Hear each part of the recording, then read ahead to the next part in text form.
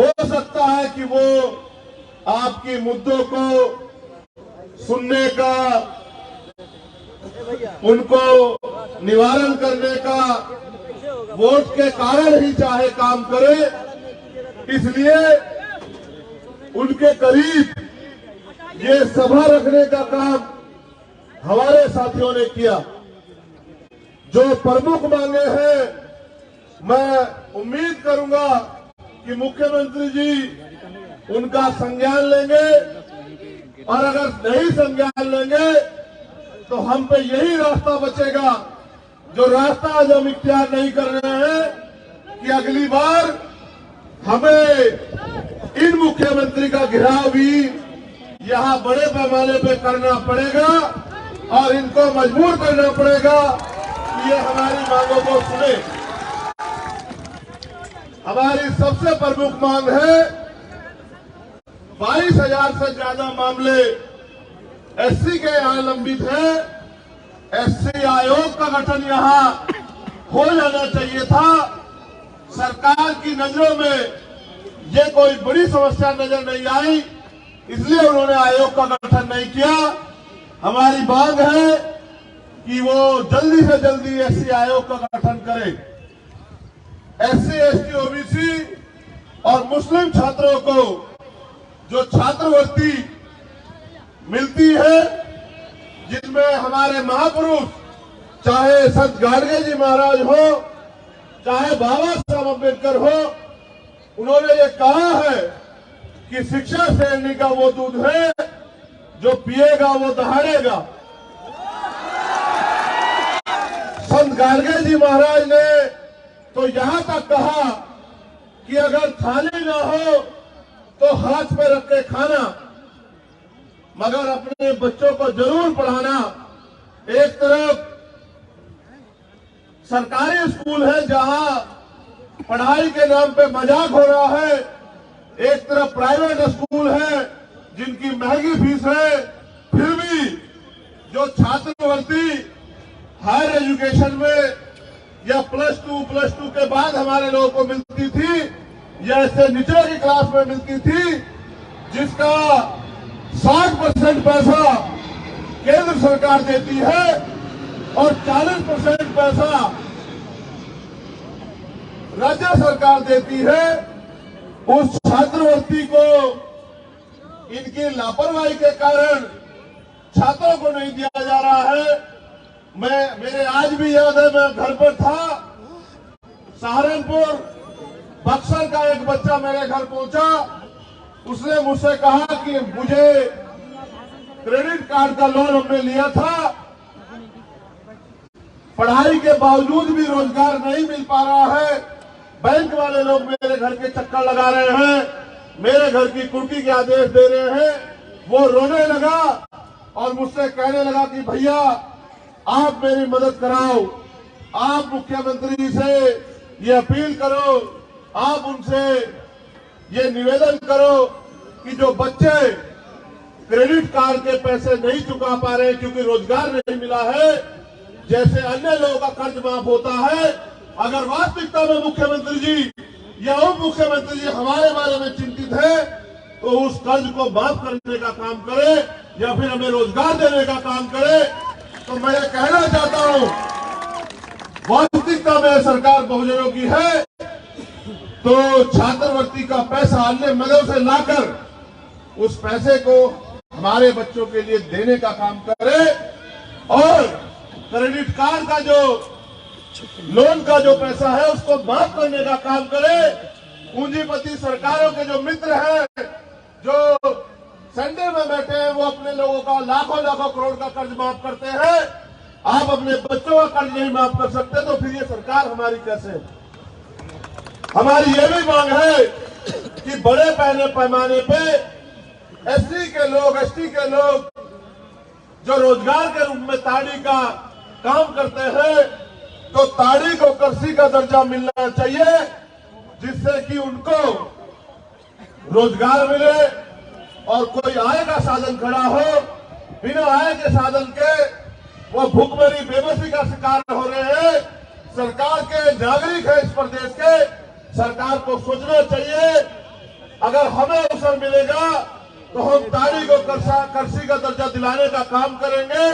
लेकिन इस सरकार से भी मेरा अनुरोध है कि वो ताड़ी को कृषि का दर्जा दिलाने का काम करे। तालीमी मरकज टोला सेवक को नियमित करने का काम करे, ऐसी भी हमारी मांग है।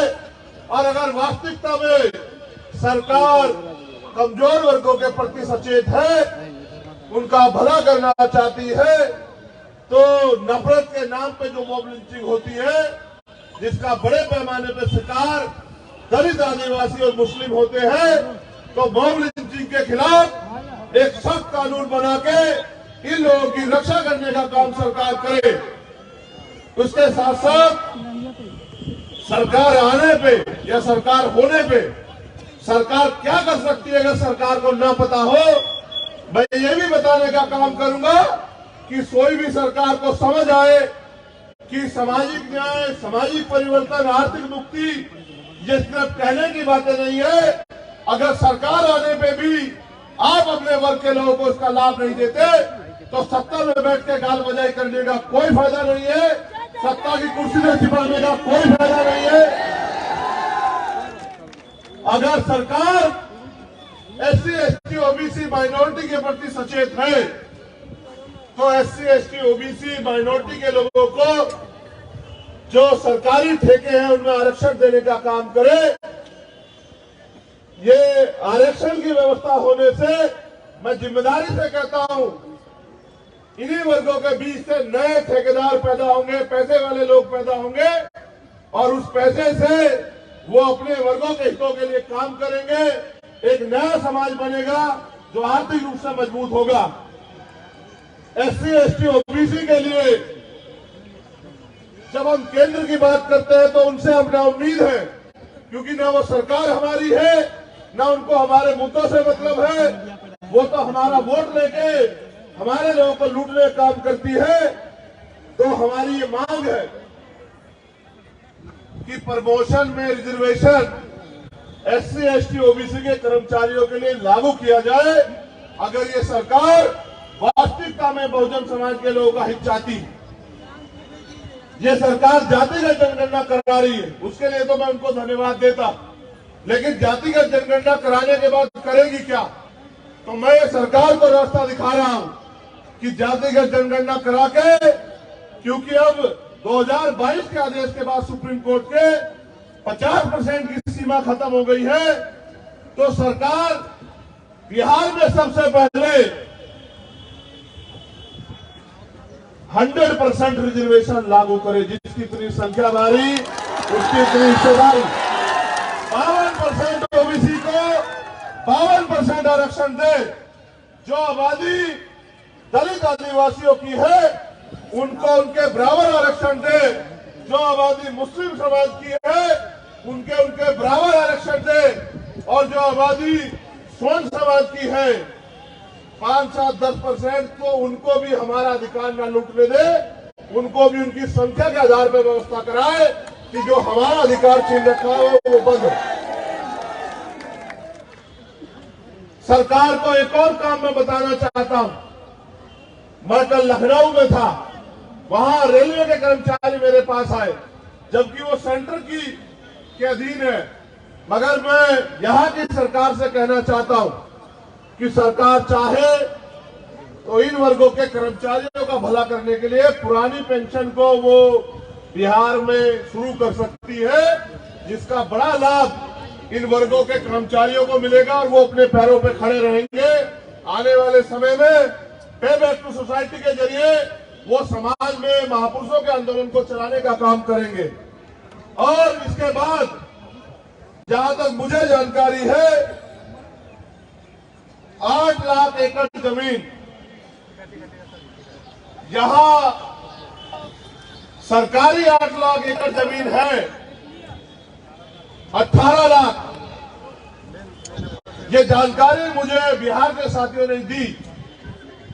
अगर सरकार वाकई में संवाद करना चाहती है तो वंचित वर्ग के लोगों को कृषि करने के लिए घर बनाने के लिए, क्योंकि आपकी कई योजनाएं गरीबों का घर छीन रही है। जो 33 साल से लोग बसे हुए हैं, बक्सर में उन्होंने मुझे आके बताया कि सरकार योजना चला रही है, बहुत अच्छी बात है, लेकिन अपने लोगों के घर उजाड़ के, तालाब बना के कौन सी योजना आप चलाने का काम कर रहे हैं। इसलिए अगर सरकार करना चाहती है, आज आपके पास मौका है। उस जमीन को, क्योंकि हमने उत्तर प्रदेश में देखा है, मान्यवर काशीराम साहब कहते थे कि जो जमीन सरकारी है वो हमारी है, तो उस जमीन को गरीबों में बांटने का काम करे, जिससे ये गरीब खेती या अन्य कोई रोजगार करके अपने पैरों पे खड़े हो। आपके पास मैंने कई रास्ते आपको दिखाए। आप देश की सत्ता में भी जाने की बात करते हैं, ऐसी चर्चाएं भी हैं, लेकिन जब आप मुख्यमंत्री बनकर अपने प्रदेश में काम नहीं कर सकते, तो देश की सत्ता पे आपको कौन बिठाएगा। यही वर्गों के लोग वोट के आधार पे वोट देके तय करते हैं कि देश की सत्ता पे कौन बैठे। ये ठगे गए हैं, लेकिन अब भीम आर्मी आजाद समाज पार्टी के जरिए हमारे नेता कार्यकर्ता गांव गांव जाके हमारी मां बहनों को, बुजुर्गों को, नौजवानों को समझाने का काम कर रहे हैं। अब ये ठगे में नहीं आएंगे, अब हम मानेंगे नहीं, ये लड़ाई हिस्सेदारी की है। तो मैं आपसे अपील करता हूं कि यहां से जाने के बाद मेरे साथियों, सोना मत। हमारे नेता भाई जौहर आजाद जी, अनिल प्रधान जी, रवि कुशवाहा जी, अमर ज्योति जी, अबूजर खान जी और तमाम नेता, निशान जी, वो सब लोग, अमित पासवान जी बहुत मेहनत करते हैं, आपके बीच में रहते हैं, हर अन्याय का सामना आंख से आंख मिला के करते हैं, आपकी आवाज को उठाते हैं। उनके हाथों को मजबूत करने का काम करना, उनकी ताकत बनने का काम करना, उनको आगे बढ़ने के लिए उनके साथ खड़े रहना, तो आपके अधिकारों पे कोई डाका बिहार में नहीं डाल पाएगा, ऐसा मेरा मानना है। इन मांगों के लिए हम सरकार को 1 महीने का समय देते हैं। सरकार के पास 1 महीने का समय बहुत है। अगर 1 महीने के अंदर सरकार इन मांगों को नहीं मानती है, हमारे प्रदेश अध्यक्ष तो अभी से तैयार बैठे हैं, वो तो 20 मार्च कह रहे हैं कि 20 मार्च तक अगर सरकार हमारी मांगों को नहीं मानेगी तो हम बिहार में जेल भरो आंदोलन शुरू करेंगे, लेकिन अपने लोगों के अधिकारों को अब किसी को डकार में ठगने नहीं देंगे।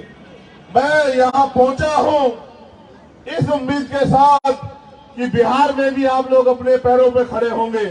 आपके पास रास्ता है मेरे साथियों, आपको ये तय करना है कि आप बैसाखियों के सहारे रहोगे या अपने पैरों पे खड़े होंगे। बैसाखी आपने इतने दिन देखी, बताओ आपकी जिंदगी में क्या बदला, और अगर नहीं बदला है, बदलना चाहते हो तो फिर जमीन पे जाके काम करो। मुझे आपसे बड़ी उम्मीदें हैं, क्योंकि बिहार की धरती बड़ी क्रांतिकारी धरती है।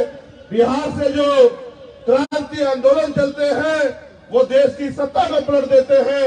मैं भी उम्मीद करता हूं कि बिहार के साथी अपने हक अधिकारों के लिए यहां भी अपने पैरों पे खड़े होने का काम करेंगे।